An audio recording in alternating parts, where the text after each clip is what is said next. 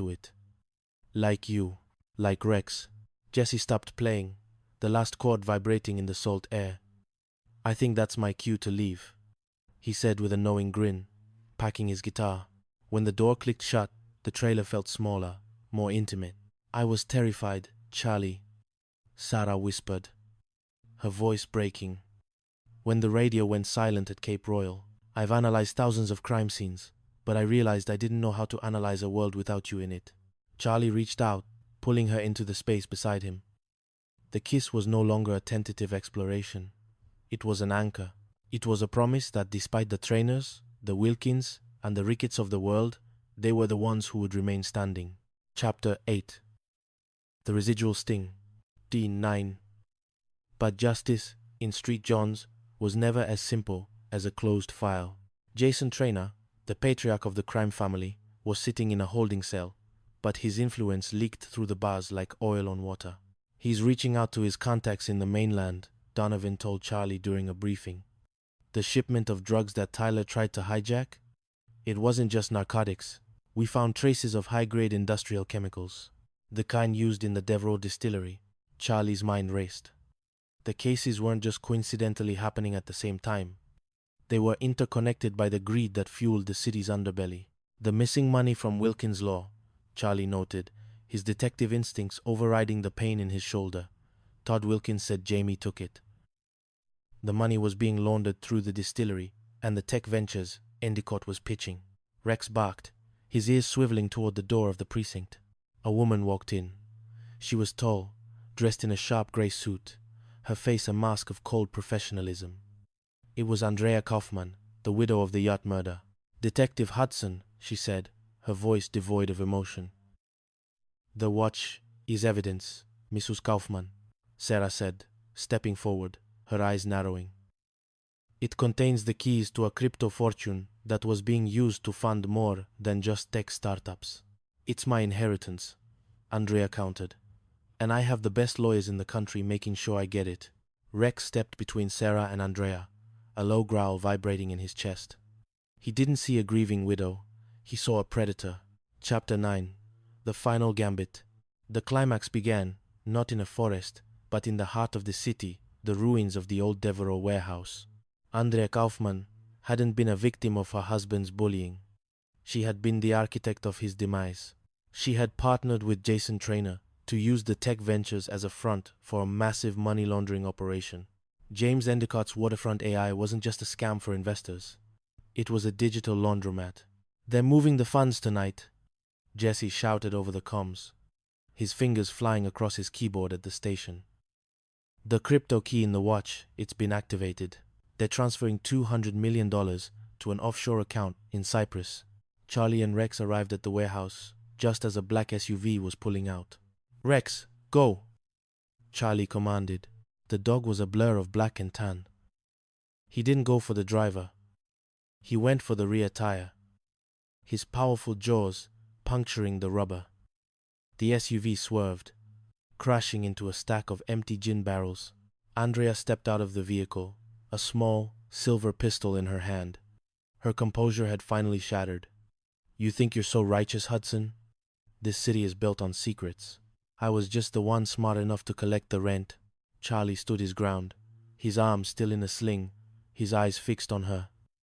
The problem with secrets, Andrea, is that they always leave a scent, and I have the best nose in the business. Bosco Satare.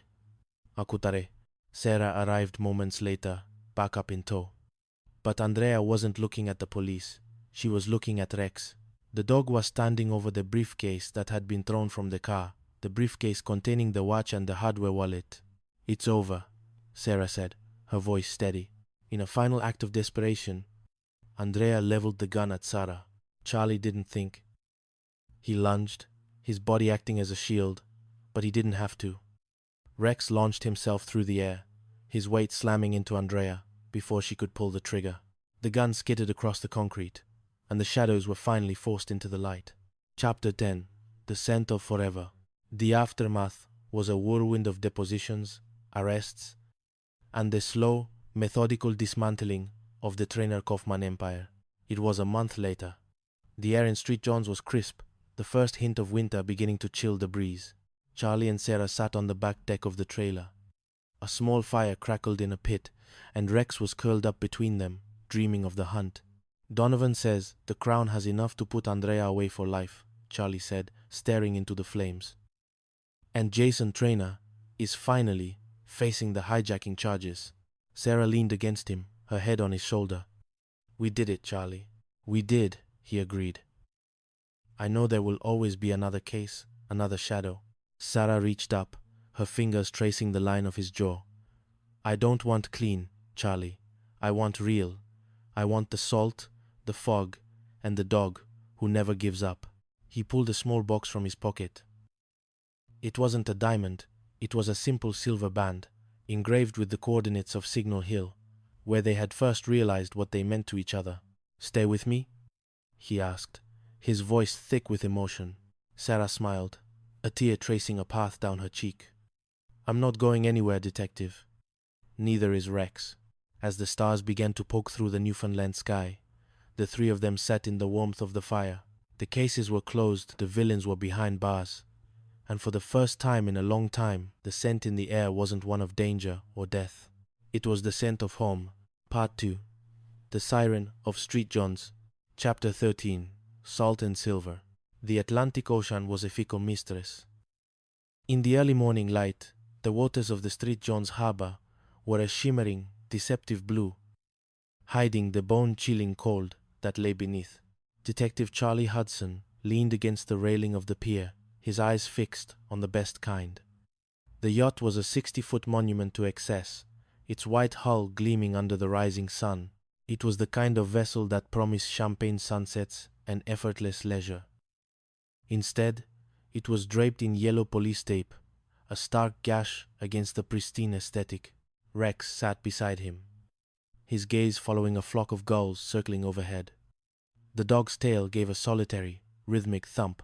He could smell the ozone, the diesel, and something else, the metallic tongue of blood that had been spilled on the deck.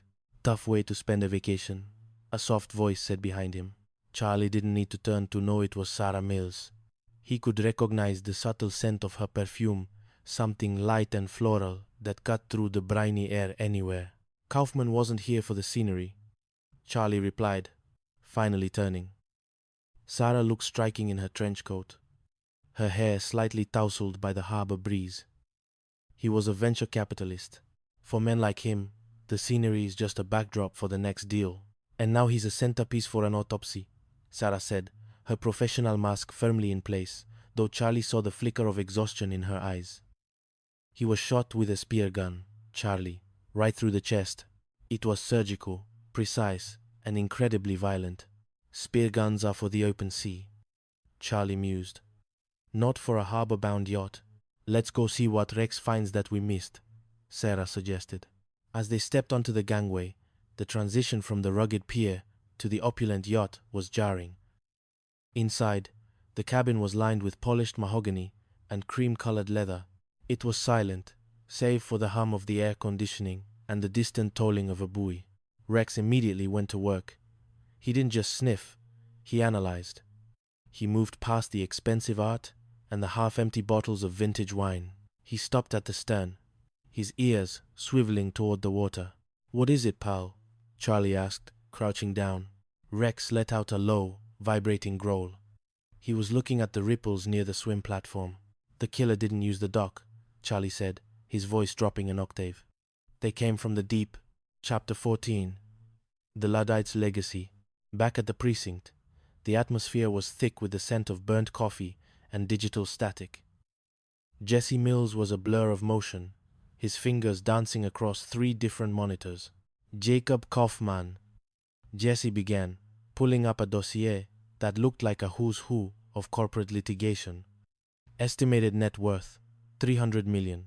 Known for hostile takeovers, aggressive downsizing, and a pathological hatred of technology. The guy didn't even use a smartphone. His partner, Veronica Goodwin, handled all the digital unpleasantness, as he called it. So, a man with $300 million and no digital footprint, Charlie said, pacing the small office. That's a lot of liquid assets floating around, with no clear destination. Exactly, Jesse said, hitting a key that brought up a series of complex charts.